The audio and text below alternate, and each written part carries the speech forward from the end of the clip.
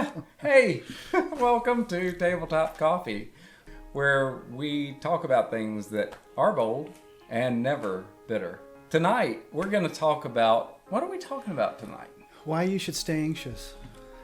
Oh, that's not what I want to do. Yeah. I don't like that.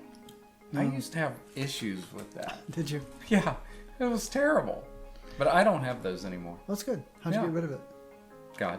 Oh, okay. God took my anxiety away. Wonderful. Absolutely. It's true. It's really true. That's great. I'll have to share that story at some point. Okay, sounds for good. everybody. So let me share something with you. Oh, please do. I read an article today about Facebook and all of the people who are anxiety ridden who are looking for content that shouldn't be on Facebook. So Facebook employs these other companies to go out there and look for content that shouldn't be on Facebook. Okay. You know, certain keyword phrases and images and just different things that should not be on Facebook. But they say that so much of it is so vile that it affects these people in such a horrible way. Really? And there's a guy, he was in, I think it was Tampa, Florida, working for one of these companies. And this guy died at his desk. He was like 42, 43, I think. Out. And I was sitting back and thinking, oh my goodness. You know, I wouldn't want to be sitting there and looking and scouring something for all of this mess anyway. No. But yeah, to see that today and to think of somebody actually That's your job.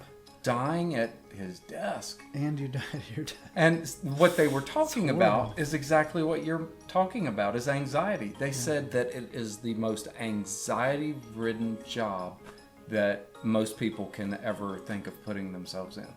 Of just scouring Facebook looking for just vile content. So tell me about how that works. What's the process that you go through in order to get rid of that? Right. And so we look for the hamster wheel thoughts, the thoughts that just go round and round and round in your head. Classic ones are, I'm not good enough, I'll never be good enough, it'll never be perfect, so why begin? Or it must be perfect. Or sometimes about the physical person, I'm too tall, I'm too short, I'm too fat, I'm too skinny, my nose is too big, my ears are too long, some about your physical person. Okay. So those are common ones as well, and we just capture them and write them down. Okay. Sometimes and everybody has more of those yeah. that they're dealing with. Oh yeah, there's a voice in the back of your head. Sure. Sometimes people will just have 4 or 5, but it's common for people to have 15, 20 or more. So we never get really caught up in the number. We just write them down. Okay. And then we will estimate how strong that they feel in the moment. And then our job throughout the day is to make them small or make them go away if you want them gone. That's the key. Why wouldn't they want them gone? Well, because there's a benefit to keeping it? Absolutely. Yeah. Okay. So that's the whole thing, is that we've got to, and the information I'm going to share with you is things that I've learned from Dr. David Burns. We'll put his website down below. It's feelinggood.com. Written a lot of great materials for a long time. Very great psychiatrist, doesn't prescribe medicine, but just helps people to what he calls untwist your brain from these very negative thoughts that keep you held down completely or make your life more difficult than it really needs to be.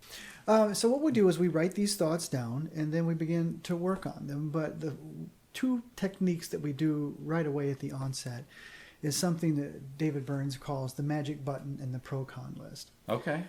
So maybe what's an idea of a problem in regard to anxiety? What might a problem be that you would bring in? Let's stay focused on the job. That's a great idea.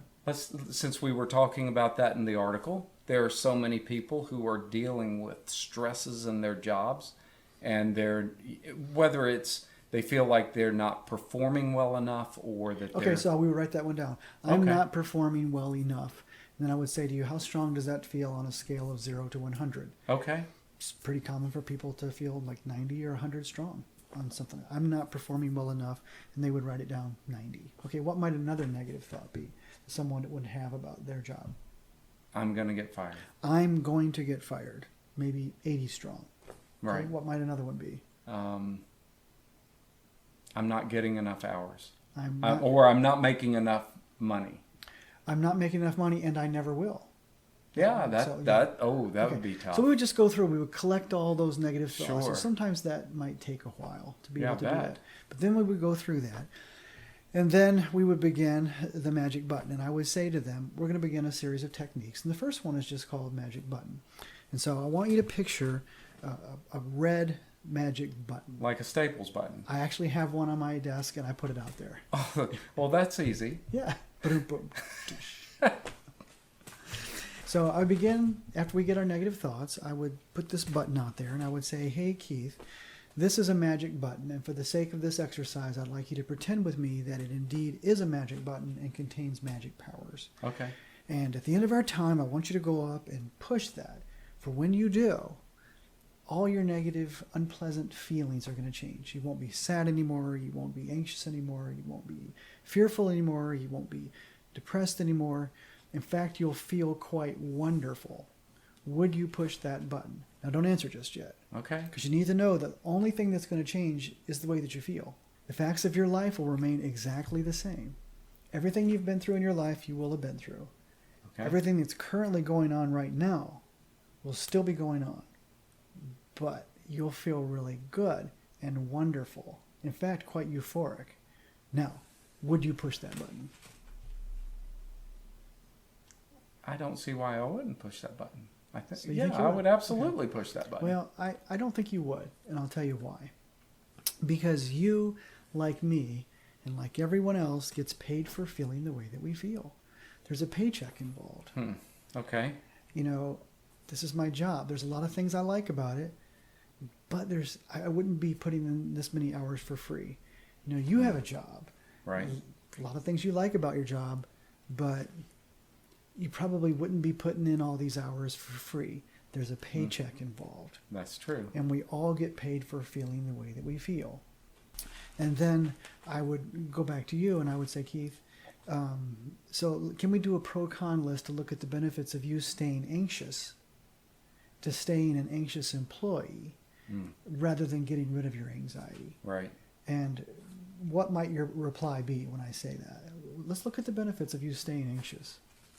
I would think you're crazy because I would not want to stay anxious. I can't think of any reason why I would want to. Most people think so, but there are lots of benefits actually to that. What we'll do then, and then we'll do one right now, make a pro-con list for the benefits of Keith staying anxious and not changing. Okay. All right. That sounds good. Do that right now. Okay. Reasons Keith should stay the same and not change. And the reason is because what you've got to do, I have to do with my client, is that I have to overcome two types of resistance. Okay. Because all of us, it sounds weird, but we're afraid to change. And so in order to change, whether to become less depressed or less anxious, we have to overcome outcome resistance and we have to overcome process resistance. Okay. Outcome resistance is to change or stay the same. And that's what we're working on right now. Right. So then I would say, let's look at this, Keith. So there's some cons to staying the same and not changing, but there's some benefits. So what are some of the benefits to staying anxious? And usually my clients will say, I can't think of that. And I said, no, really think about it. What are some of the really benefits of being an anxious person? So what do you think? Okay. So I used to deal with anxiety a lot. So I can relate to this topic.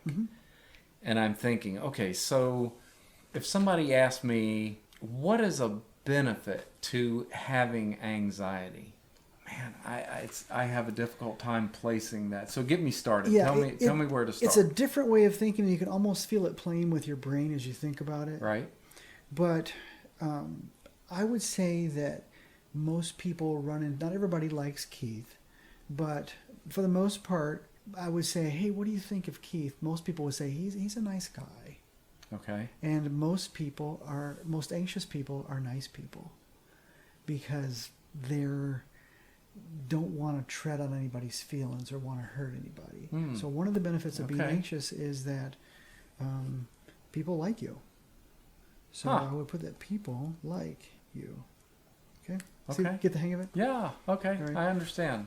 And what's the, in this scenario, you were talking about being an anxious employee. Let's just say that you're an anxious employee and you're afraid that. What might you be afraid of at work? If I was an anxious employee, getting fired, not doing my job well. Right. Because anxiety makes you feel like you're not capable of doing things, or you're going to make a mistake. Can even get jittery at times because you've got anxiety building up. Right.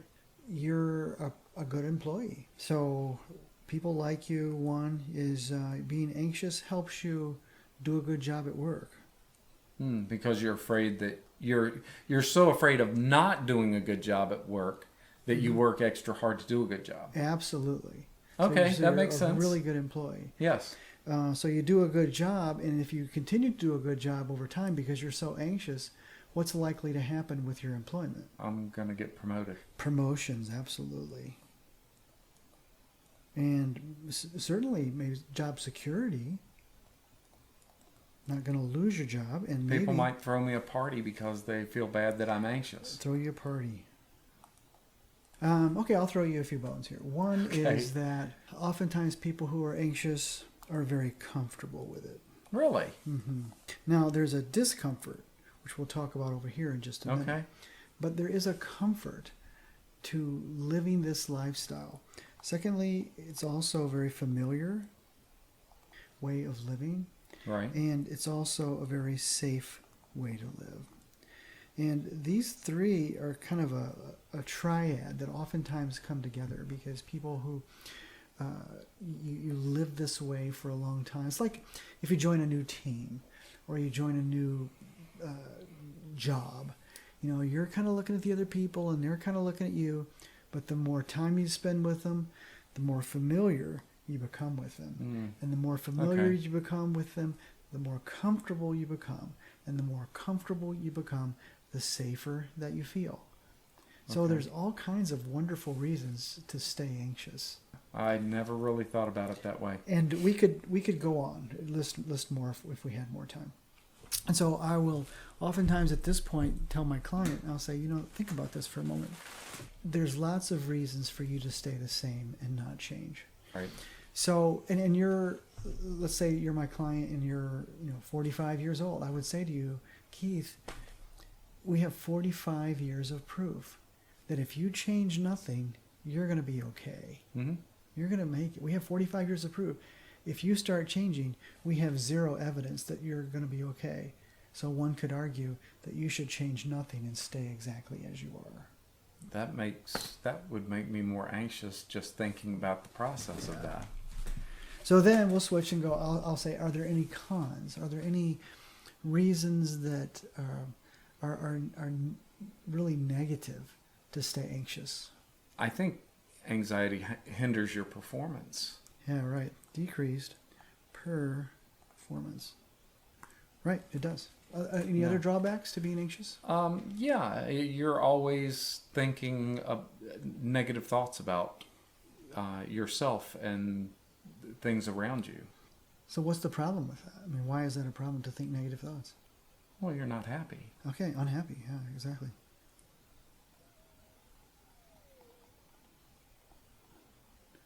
Make you lose weight. Or gain weight. Probably for some people, depending on... because I assume that anxiety would cause people to try and do something else to get their mind off of that anxiety. Sure, so decreased health, decreased sleep, unhappy, decreased performance. And we could go on. We could have a whole list of these.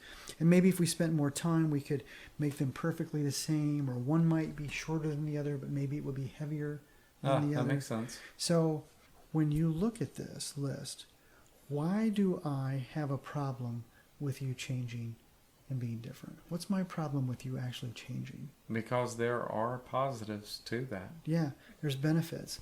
You've got a whole list of reasons to stay the same and not change. Sure. Then I roll back into this and I say, you said before that you really wanted to push the button and change. and I will receive your yes if you want to. But I want to give you a chance to back out and stay the same. Do you really, it's up to you. Right. Do you really want to push the button and change? And almost every time, people will push the button. I would think so. But if they don't want to, I will allow them to leave. Okay. And not change. Wow. Yeah. That's very interesting. So that's breaking outcome resistance. We have to do that first, because if we don't make sure that somebody really wants to change, it'll be a tug of war between me and them about what to do or what not to do. Okay. So then I would say to them, okay, so you really want to push the button and change. Obviously, there is no magic button, just a lot of hard darn work. Oh, sure. And so I take the red button that sits on my desk and I put it away. And then I say to them, so what cost are you willing to pay to get better? What cost are you willing to pay to get better? What are you going to have to do that maybe you don't even want to do to get better? And my guess is you're thinking of one of them right now. Is it sometimes a struggle to find what that cost is? For example, go back to anxiety. It's a different beast altogether. It's not like it is something that you choose. Do you choose it? Sometimes. Sometimes, because I'm choosing to hang on to those negative thoughts. So as long as I hang on to the negative thoughts, the anxiety is still going to be there. Okay. So I've got to do things to defeat the negative thoughts. I've got to be willing to do things to defeat the negative thoughts. Right. Okay, that makes sense. So when you're talking about that, the process is getting into a different mindset of not letting that hamster wheel just continue to roll on, and get your mind and thoughts on other things that are beneficial and create happiness in your life. So how about an example for that? Can you give me an example for getting out of the anxiety side? Oh, sure. Let's say that somebody has fear of elevators. Okay. So what are we going to have to do? I go in an elevator. Yeah. A lot of elevators. Yes, we are. We're going to have to think about it. Maybe we would kind of do imagery in my office. Okay. Taking your heart rate, seeing yourself go up to the elevator, seeing yourself get on it, seeing yourself push the button, seeing yourself allow the door to close. Do that until we can get your heart rate down. And then maybe we actually go to the site and watch people getting on and off the elevator. And then maybe get to the door. And then maybe we would get in it and out of it. And then maybe we would get in it and ride it to another floor and get off.